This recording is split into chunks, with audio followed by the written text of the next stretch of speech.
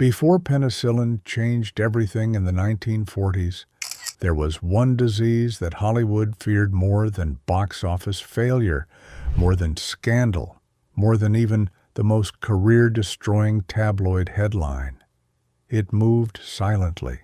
It hid for years. And when it finally revealed itself, it didn't just kill, it dismantled its victims piece by piece, stripping away their minds, their motor functions, and their dignity in a slow, merciless descent that no amount of fame or fortune could stop. Syphilis was the shadow lurking behind some of the Golden Age's most glamorous faces.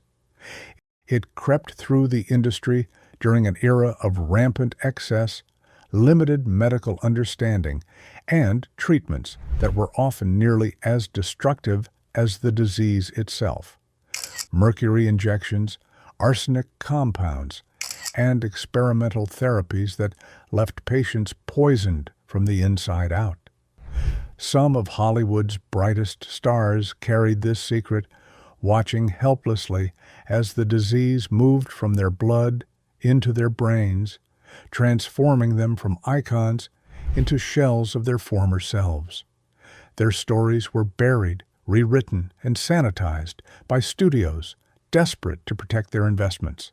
Until now, these are 10 Golden Age figures who slowly went mad from syphilis. John Barrymore. John Barrymore was called the Great Profile, a man whose face was considered so perfectly sculpted that merely turning his head toward a camera was an event. He was the greatest stage actor of his generation, a Hamlet for the ages, a performer whose talent was so immense that even his peers spoke of him with something approaching reverence. And then, slowly, visibly, devastatingly, that brilliance began to crumble. Barrymore's decline through the 1930s was witnessed by all of Hollywood, though few understood or were willing to acknowledge what was truly driving it. The public explanation was alcohol, and certainly Barrymore drank with a determination that bordered on the heroic. But those closest to him recognized that something beyond alcoholism was dismantling his mind. His memory, once prodigious enough to absorb entire Shakespearean plays in a matter of days, began failing catastrophically. He couldn't retain lines. He couldn't follow conversations. He would lose himself mid-sentence, staring blankly into space as though the thread connecting his thoughts had simply snapped. The cognitive deterioration was accompanied by physical symptoms that those familiar with late-stage syphilis would have recognized immediately. His coordination faltered. His once fluid movements became uncertain and labored. He experienced episodes of paranoia and confusion that went far beyond what alcohol alone could explain. By the late 1930s, the man who had been the most celebrated actor in America was reduced to appearing in low-budget comedies, essentially playing a parody of his own decline. The great actor who couldn't remember his lines, stumbling through scenes with cue cards held just off camera. The medical reality behind Barrymore's deterioration was an open secret in certain Hollywood circles.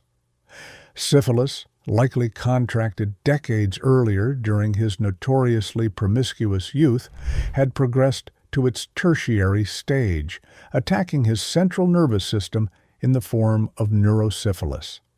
The mercury-based treatments available at the time were crude and toxic, offering limited relief while introducing their own devastating side effects. By the time more effective treatments like Salvarsan became available, the damage to Barrymore's brain was extensive and irreversible. He died on May 29, 1942, at the age of 60. The official cause of death was listed as a combination of cirrhosis of the liver, kidney failure, and pneumonia, all accurate, all consequences of his various excesses. But the cognitive collapse that had transformed the greatest actor of his era into a man who could barely function. That was syphilis, slowly and systematically destroying the mind that had once held all of Shakespeare within it. Mabel Normand. Mabel Normand was one of silent cinema's first true stars, a comedic genius who worked alongside Charlie Chaplin, helped shape the Keystone comedies, and possessed a natural screen presence that made her one of the most beloved performers of the 1910s and early 1920s. She was funny, beautiful, fearless in her physical comedy, and adored by audiences who couldn't get enough of her. Behind the laughter, Mabel's life was considerably darker than her screen persona suggested. She moved through Hollywood's earliest social circles with abandon, and the lifestyle of the nascent film industry, chaotic, unregulated, and drowning in excess, took its toll. By the early 1920s, Mabel was struggling with drug dependency, particularly cocaine, and her health was in visible decline. The precise timeline of Mabel's syphilis infection has been debated by historians, but what is documented is her progressive physical and mental deterioration through the 1920s, exhibiting symptoms consistent with the disease's advancement. Her behavior became increasingly erratic and unpredictable. She was implicated, though never charged, in two separate murder scandals that rocked Hollywood: the killing of director William Desmond Taylor in 1922 and a shooting involving her chauffeur in 1924. While she was cleared in both cases, the association with violence and chaos accelerated her professional decline. Her health deteriorated with alarming speed. She suffered from what were publicly described as respiratory ailments, and tuberculosis was indeed a significant factor in her decline. But the neurological symptoms, the confusion, the erratic behavior, the progressive mental fog, pointed to something beyond tuberculosis and addiction. The treatment she received, including mercury-based therapies, suggest her doctors were treating more than just her lungs. Mabel Normand died on February 23, 1930, at the age of 37. Tuberculosis was listed as the primary cause, and it undoubtedly played a role.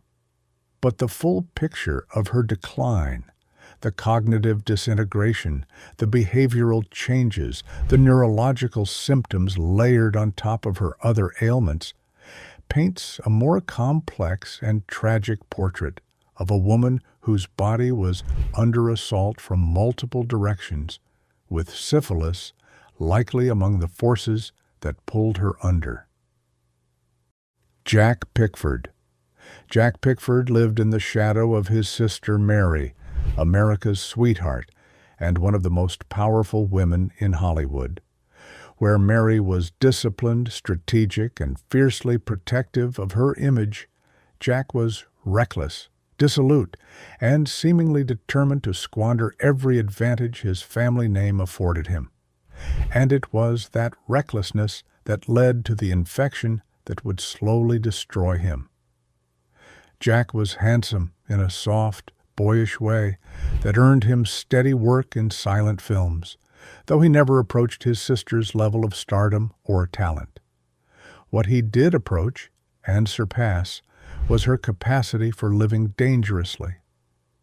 Jack drank heavily, used drugs, and moved through Hollywood's sexual underground with an abandon that alarmed even his most liberal contemporaries. It was widely understood within the industry that Jack had contracted syphilis, likely during the late 1910s, and that the disease was progressively undermining his health. The tragedy of Jack Pickford's syphilis extended beyond his own suffering. His first wife, the luminous actress Olive Thomas, died under circumstances directly connected to his infection. But her story is devastating enough to warrant its own entry. Jack's guilt over Olive's death, combined with the disease's relentless progression, accelerated his personal collapse. Through the 1920s, Jack's ability to function professionally deteriorated steadily. He had difficulty concentrating, struggled to maintain the physical demands of film acting, and exhibited the mood swings and cognitive impairment characteristic of syphilis, moving into its secondary and tertiary stages. His film career, never robust to begin with, essentially evaporated. He attempted to work behind the camera, but couldn't sustain the focus required. The treatments Jack received, the standard mercury and arsenic-based therapies of the era, were brutal and only marginally effective. They may have slowed the disease's progression, but they couldn't reverse the damage already done, and their own toxicity compounded his physical misery. Jack Pickford died on January 3, 1933, at the age of 36. The official cause was listed as progressive multiple neuritis, inflammation of the nerves, a diagnosis entirely consistent with the ravages of untreated or inadequately treated syphilis. Olive Thomas. Olive Thomas was a Ziegfeld girl, a silent film star, and by many accounts, one of the most beautiful women in America. She was also the wife of Jack Pickford, and that marriage would cost her everything. Olive and Jack married in 1916 and quickly established themselves as one of Hollywood's most glamorous young couples. But behind the public sparkle, the marriage was turbulent. Jack's infidelities were constant, and it was through those infidelities that he contracted the syphilis that would come to define both their fates. In September 1920, Olive and Jack traveled to Paris for what was described as a second honeymoon, though some accounts suggest the trip was also motivated by a desire to seek medical treatment for Jack's condition away from the prying eyes of the Hollywood press. On the night of September 9th, in their suite at the Hôtel de Crillon, Olive ingested mercury bichloride, a topical solution that was commonly prescribed as a treatment for syphilitic sores. What happened in that hotel room has been debated for over a century. The official ruling was accidental poisoning, that Olive, disoriented in the dark or confused by the bottles on the nightstand, mistakenly swallowed the toxic solution meant for Jack's external use. Others have suggested suicide, pointing to Olive's knowledge of Jack's infidelities and the devastating implications of his diagnosis for her own health. Some historians believe Olive herself may have already contracted the disease from Jack and understood what lay ahead. Whatever the truth, the mercury bichloride destroyed Olive's kidneys. She was rushed to the American hospital in Neuilly-sur-Seine, where doctors fought for days to save her. She died on September 10, 1920, at the age of 25. Olive Thomas didn't die of syphilis in the traditional sense. The disease didn't have time to run its terrible course through her body. Instead, she died because of syphilis, because the poison meant to treat her husband's infection became the instrument of her death. She remains one of the most haunting casualties of the epidemic that moved silently through Golden Age Hollywood, a woman whose beauty, youth, and life were consumed not by her own choices, but by the consequences of someone else's disease. Alma Rubin's was a dark-eyed beauty who rose to prominence in the late 1910s and early 1920s, appearing in dozens of films and earning a reputation as one of Hollywood's most emotionally compelling dramatic actresses. She was also one of the industry's most visible casualties of the twin plagues that ravaged early Hollywood: addiction and sexually transmitted disease. Alma's descent began with morphine and cocaine, substances that were alarmingly accessible in the early film industry and that she initially used to manage the physical and emotional demands of a grueling production schedule. But layered beneath the addiction was a medical reality that amplified every symptom and accelerated every decline. Alma had contracted syphilis, and as the disease progressed, it became increasingly difficult to separate its neurological effects from the consequences of her drug use. By the mid-1920s, Alma's behavior had become frighteningly erratic. She was arrested multiple times, once for running through the streets in her nightgown, disoriented and incoherent. She attacked people without provocation. She experienced hallucinations and paranoid delusions that terrified those around her. Studio executives who had once valued her talent now refused to work with her, not because they lacked sympathy, but because she had become genuinely unpredictable and potentially dangerous on set. The interaction between syphilis and drug addiction, in Alma's case, created a vicious cycle that no treatment available at the time could break. The mercury-based syphilis therapies worsened her physical condition, driving her deeper into drug use to manage the pain. The drugs, in turn, compromised her immune system and her judgment, making it impossible to maintain any consistent treatment regimen. Her family attempted interventions, sanitarium stays, and medical treatments of every description, but nothing held. Each period of apparent recovery was followed by a collapse more severe than the last. Alma Rubin died on January 22, 1931, at the age of 33. The official cause of death was pneumonia, but her body had been so thoroughly ravaged by years of drug abuse and untreated syphilis that virtually any serious illness would have been fatal.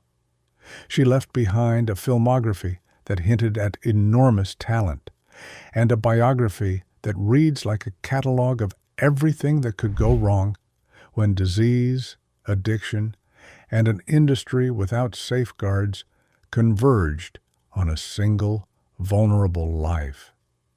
Tallulah Bankhead. Tallulah Bankhead built her legend on fearlessness, a willingness to say anything, do anything, and dare anyone to judge her for it. She was brilliantly talented, devastatingly witty, and sexually liberated decades before liberation was fashionable. But behind the bravado and the bon mots, Tallulah carried a medical burden that contributed to the very recklessness that defined her public persona. Tallulah's contraction of a venereal disease, widely believed by biographers and contemporaries to have been syphilis, though she was characteristically evasive about specifics, occurred during her years as the toast of London's theatre scene in the 1920s. She lived with extraordinary abandon during this period, conducting affairs with both men and women at a pace that even the permissive theatre world found remarkable. The consequences caught up with her. In 1933, Tallulah underwent a radical hysterectomy that was attributed at the time to a severe case of gonorrhea, but which several biographers have linked to complications from syphilis or its treatment. The surgery nearly killed her. She lost so much weight and was so weakened that her recovery took months, and she was briefly given last rites. The experience might have slowed a less determined personality, but Tallulah emerged from her hospital bed and essentially resumed her previous lifestyle with barely a pause. The long-term effects, however, were impossible to fully outrun. Throughout the 1940s and 1950s, Tallulah exhibited periods of cognitive instability that went beyond the effects of alcohol and recreational drug use. Her famous volatility, the explosive rages, the irrational feuds, the unpredictable emotional swings, may have been partly temperamental, but they were also consistent with the neurological impact of a syphilitic infection that had been treated but perhaps never fully eradicated. Tallulah addressed her health struggles with her trademark defiance, refusing to be defined by illness or treated as an object of pity. She performed, socialized, and scandalized well into the 1960s, her spirit seemingly undiminished even as her body and mind showed increasing signs of wear.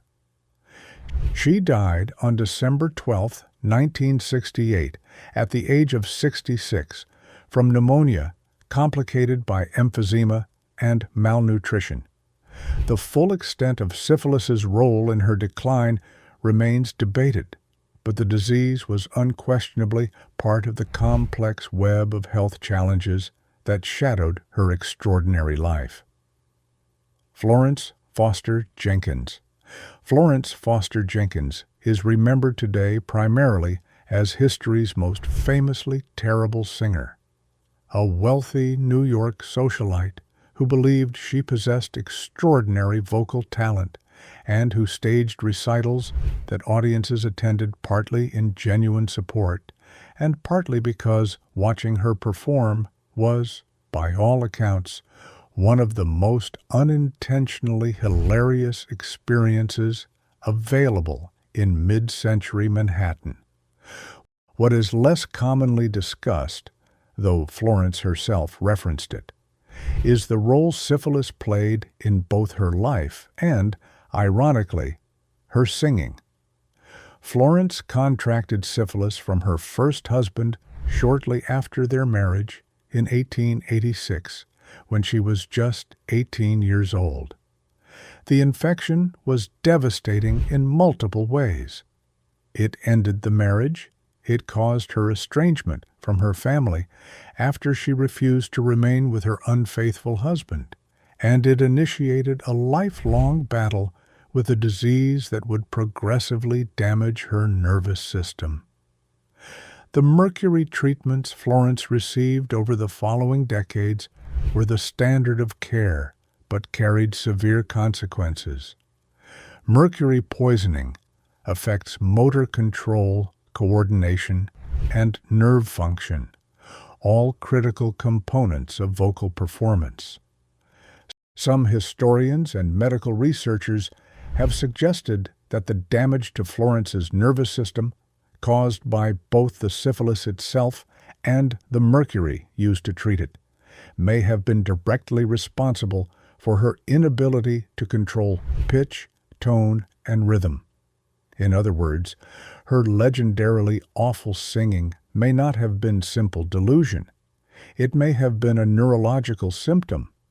Florence herself seemed to understand this connection, at least partially. She once claimed that syphilis had given her a unique vocal range, a statement that was simultaneously medically confused and oddly insightful, acknowledging the disease's impact on her body while reframing it as a gift rather than a curse. What makes Florence's story unique among syphilis sufferers is that she transformed her affliction, however unknowingly, into a form of fame. Her Carnegie Hall recital in 1944, held when she was 76 years old, sold out weeks in advance. The audience roared with laughter and applause in equal measure.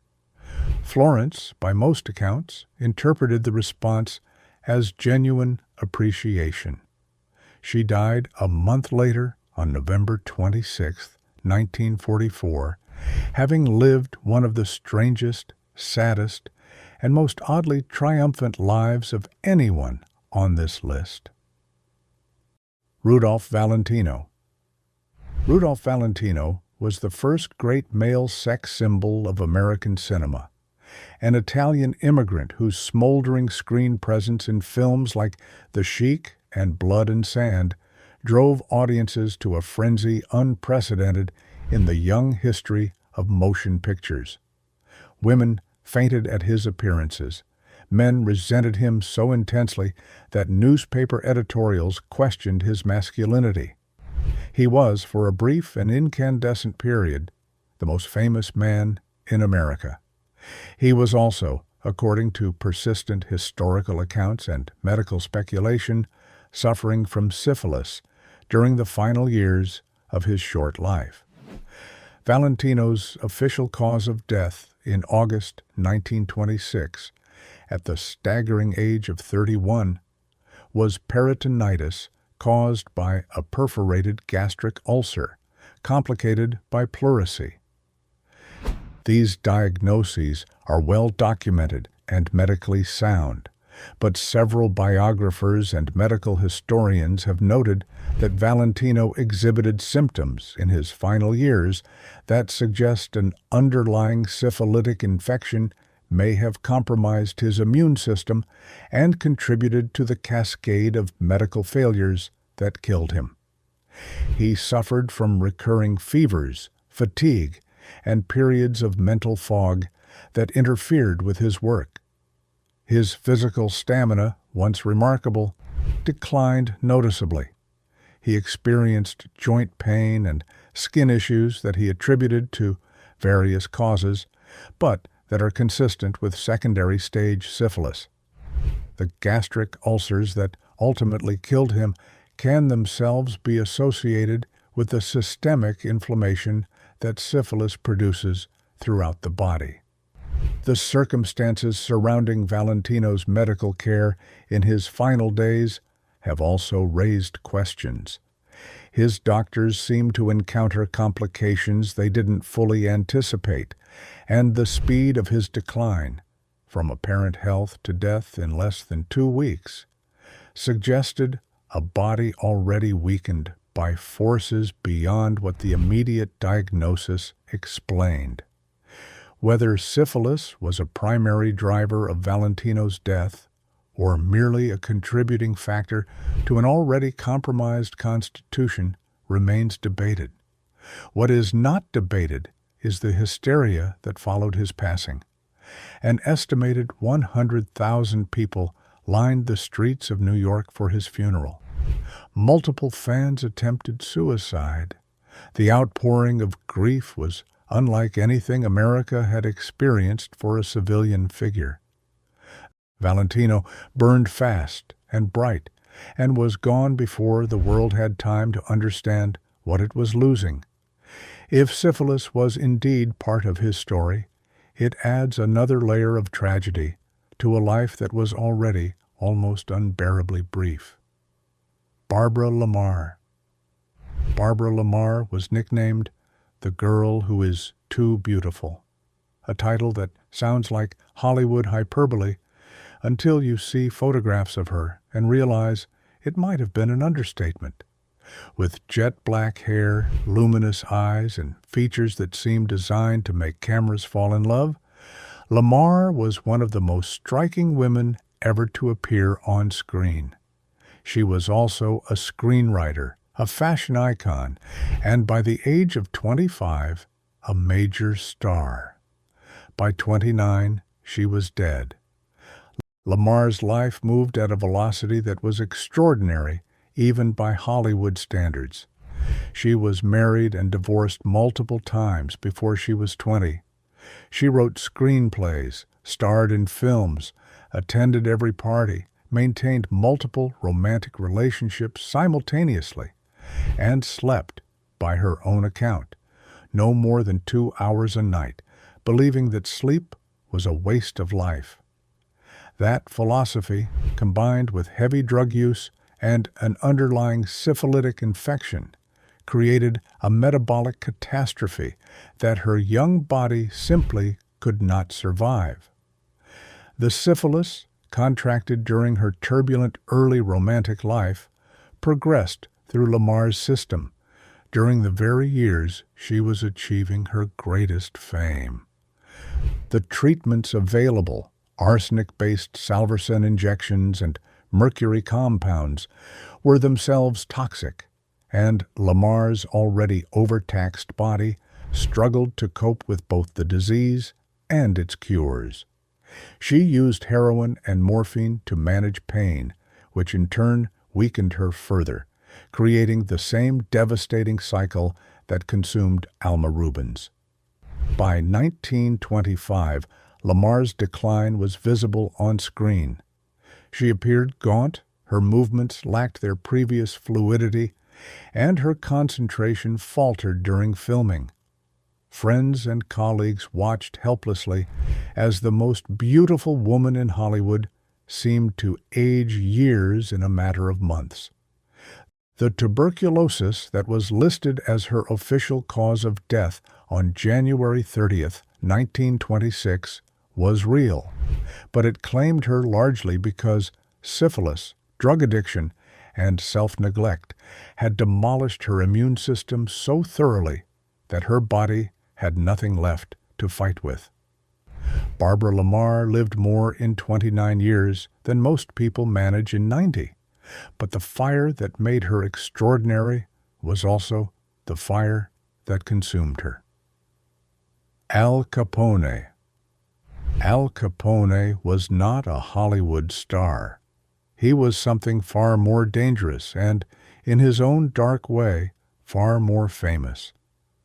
The most notorious gangster in American history, the man who ruled Chicago's criminal underworld during Prohibition with a combination of charm and terrifying violence, Capone's story intersects with the Golden Age because his decline mirrored the same disease process that was destroying actors and artists across the country. Capone contracted syphilis as a young man, likely during his early years working in brothels and nightclubs in Brooklyn before his rise to power in Chicago. In a decision that would prove catastrophic, he never sought sustained treatment for the infection during the years when intervention might have slowed or stopped its progression. Whether this was due to fear that seeking treatment would reveal vulnerability, denial about the severity of his condition, or simple negligence is unclear. What is clear is that by the time the disease's most devastating effects manifested, it was far too late. Capone was convicted of tax evasion in 1931 and sentenced to 11 years in federal prison. It was during his incarceration, first at the Atlanta Penitentiary and then at the notorious Alcatraz, that the neurosyphilis that had been quietly advancing through his nervous system began its final, merciless assault. The transformation was grotesque in its thoroughness. Capone, who had been sharp, strategic, and capable of managing a vast criminal empire with ruthless efficiency, began losing his cognitive abilities at an alarming rate. He became confused, disoriented, and unable to follow simple conversations. He had outbursts of irrational anger, followed by periods of childlike docility.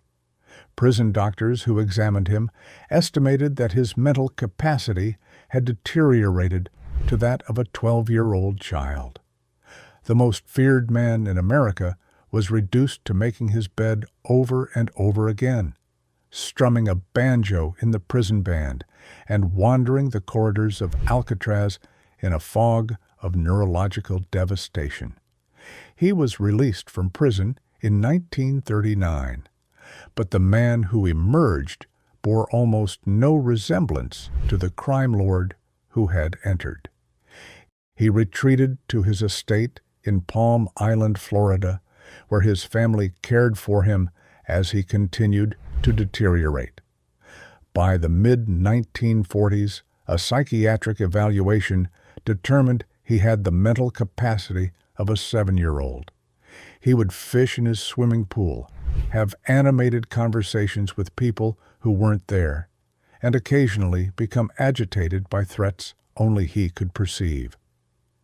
Al Capone died on January 25, 1947, at the age of 48.